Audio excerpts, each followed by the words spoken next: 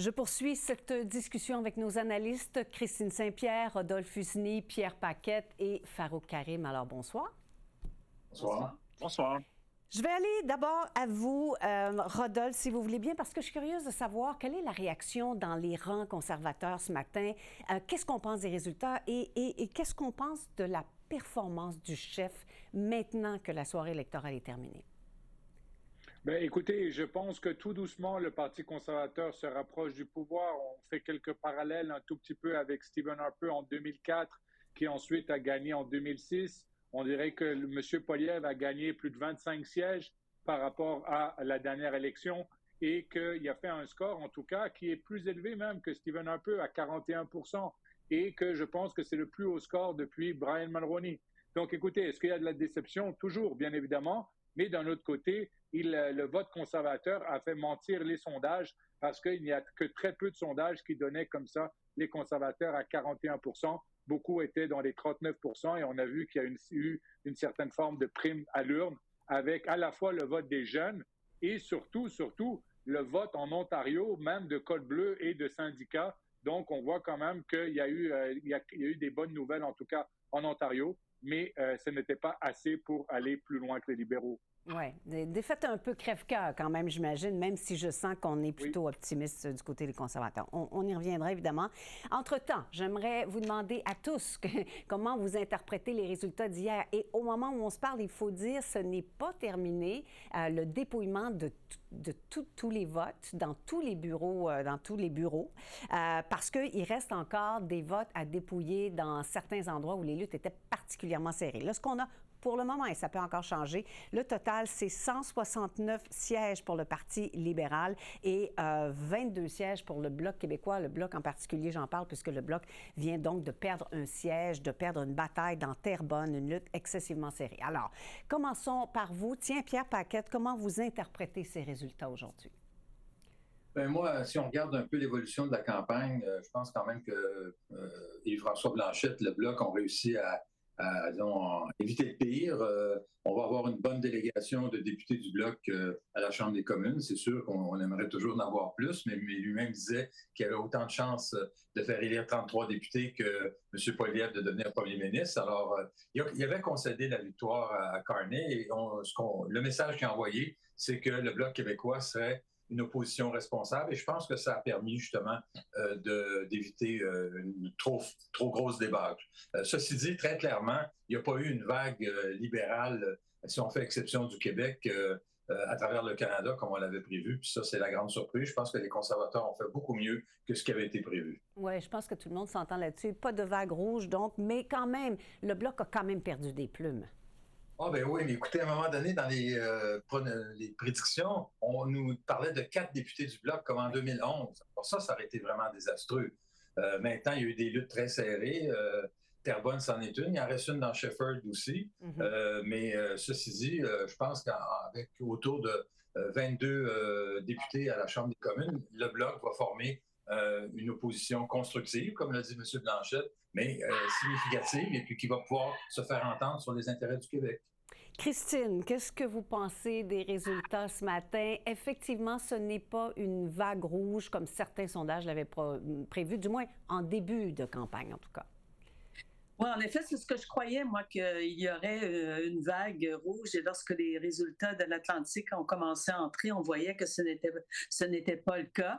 Alors, bien sûr, ça donne un gouvernement libéral, mais ça donne un gouvernement libéral minoritaire. Ça veut dire qu'un gouvernement minoritaire est toujours sur la pointe des pieds et peut toujours tomber là, d'un moment à l'autre. Alors, ça ne durera peut-être pas plus que 24 mois. Pour ce qui est des conservateurs, hier, il y avait un stratège conservateur qui me disait qu'il prévoyait, lui, une prime à l'urne, une sorte de prime à l'urne pour les conservateurs, avec le vote des jeunes travailleurs, des jeunes des 25, 35, 40 ans. Il disait que ces gens-là étaient beaucoup plus motivés qu'on pouvait le penser, nous, les analystes, et que le message de Pierre Poilievre sur la question du coût de la vie, l'accès à une maison. Ce sont des messages qui ont porté auprès de ces gens-là. Alors, il faudra voir dans le détail là, du vote si si ça s'avère que les plus jeunes, les jeunes adultes ont décidé d'aller vers Pierre Poilievre plutôt que d'aller vers les libéraux. Farouk, j'aimerais vous entendre aussi là-dessus. Rebonjour d'abord, puisqu'on s'est vu il n'y a pas si longtemps sur ce même plateau. Alors, comment vous interprétez le résultat, sachant qu'il y a un endroit où les sondeurs ne se sont pas trompés, c'est tout ce qui a trait au NPD. Effectivement, le NPD a perdu énormément dans cette élection hier et le chef a dû démissionner, on le sait maintenant. Oui, effectivement, ce n'était plus une surprise, hein, le sort du NPD, on l'a bien vu, mais sur la campagne en général, un commentaire là-dessus, c'est je crois que la sagesse de l'électorat canadien, dans cet électorat-là, dans sa grande sagesse, nous a envoyé deux grands messages. Ils ont dit, la personne qu'on veut qui négocie avec M. Trump, c'est M. Carney, donc on va vous garder premier ministre, on va vous élire pour la première fois premier ministre, mais en même temps, attention, les questions de coût de la vie, du coût du logement, de la criminalité, les thèmes que M. Poilievre a martelés tout au long de cette campagne sont aussi des thèmes importants pour l'électorat canadien et c'est ce qui explique la performance de M. Poilievre. Donc, c'est deux chantiers que M. Carney devra travailler parallèlement, c'est-à-dire les négociations avec M. Trump, mais aussi les enjeux domestiques importants, d'autant plus qu'il est une minorité, il va refaire face à l'électorat à moyen terme, et donc il faudra qu'il règle ces enjeux-là. Oui. Rapidement, sur le NPD, effectivement, c'est le plus bas score de l'histoire du parti, il faut se le dire, donc c'est une dégringolade complète. Le chef en a pris acte très dignement, c'était touchant son discours hier soir. Et puis, bon, électoralement, M. Singh, l'histoire, évidemment, il est parti de 48 députés, il va se retrouver, il quitte avec 6-7 députés. C'est pas très reluisant, mais dans un bilan législatif, par contre, on va se rappeler de lui comme étant la personne qui a introduit le régime de soins dentaires au pays, qui va rester au pays et qui va aider énormément de Canadiens à travers le pays. Par contre, Farouk, vous parliez de l'électorat, de la sagesse de l'électorat. Est-ce que l'électorat a envoyé des messages au chef hier? Qu'est-ce que l'électorat a dit à M. Carney? Qu'est-ce que l'électorat a dit à M. Singh, à M. Poilievre? Comment on interprète ça si on regarde les résultats du côté des chefs? Ouais, mais je crois que c'est des messages différents qui ont été envoyés. Pour le NPD, on a besoin de changements. Allez refaire vos devoirs, puis revenez-nous avec une offre politique qu'on peut être emballé et supporter. Pour le Bloc québécois, j'ai l'impression que pour les Québécois, c'est un vote un peu qui a été prêté aux libéraux dans la circonstance trumpienne, si on veut. Donc, c'est possible que ce vote-là revienne éventuellement si le Québec n'est pas bien traité. Maintenant, le message pour M. Poilievre, c'est, écoutez, tu es presque premier ministrable, mais il y a quelques trucs qu'on n'aime pas. Il faudra que tu travailles là-dessus. Hier, dans son discours, il a quand même reconnu qu'il devra travailler, qu'il y a un post-mortem à faire, donc à voir.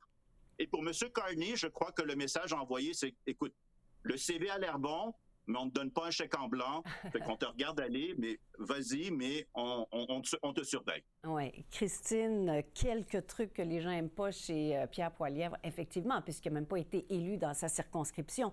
Qu'est-ce que M. Poilievre doit comprendre aujourd'hui? Qu'est-ce que M. Carney doit comprendre? Parce que M. Carney voulait un gouvernement plus solide, plus fort que ça. Donc, qu'est-ce que les chefs doivent déduire aujourd'hui? Monsieur Poilievre doit comprendre qu'il aurait dû aller chasser sur des terres là, qui ne lui étaient pas acquises et il aurait pu aller conquérir davantage. Il doit faire cette démonstration qu'il est capable d'être un premier ministre pour l'ensemble des Canadiens et d'aller chercher plus large et d'être moins dur, moins arrogant. Les gens lui ont vu chez lui une sorte de petite étiquette de Trumpiste là, qu'il n'aimait pas. Et je pense que c'est le message que les gens lui ont envoyé. Par contre, avec au-dessus de 41% des votes, là, il a fait vraiment une performance exceptionnelle, mais il aurait pu aller plus loin, aller chasser plus loin dans d'autres terres. Pour ce qui est de Mark Carney, bien, lui, vraiment, là, c'est de comprendre que oui, il a été élu sur son CV, mais comme l'a si bien dit notre collègue, il va falloir qu'il y ait des choses qu'il analyse en profondeur. La relation aussi avec les provinces, je pense, va être très, très, très, très importante. Est-ce qu'il voit le Canada comme juste un Canada, puis on oublie les provinces. Il va falloir qu'il y ait qu'il soit très rassembleur parce que l'Alberta est fâché, le Québec va peut-être l'être parce que tout ce que François Legault a demandé, à l'exception des demandes pour les permis environnementaux, tout ce que François Legault a demandé, finalement, il n'a pas répondu à cela. Alors, il va y avoir des choses sur lesquelles il va devoir travailler. Et moi, je souhaite bien sûr qu'il ramène un ministre des langues officielles parce que dans le premier cabinet qu'il a composé, on ne retrouvait plus le ministre des langues officielles. Alors ça, là-dessus, il va falloir qu'il corrige le tir, à mon avis. Qu'il démontre qu'il prend au sérieux la culture francophone, effectivement.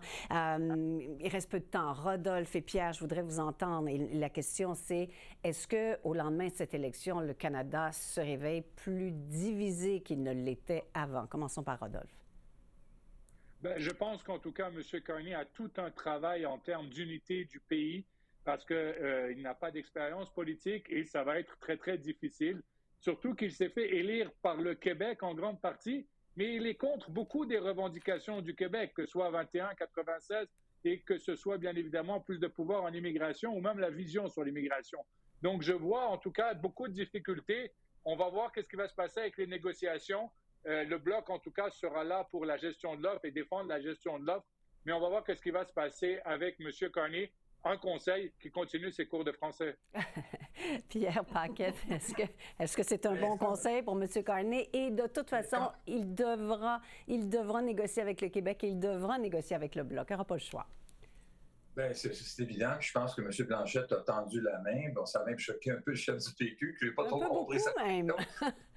Mais moi, je n'ai pas compris sa réaction. Franchement, on peut mâcher de la gomme puis marcher en même temps.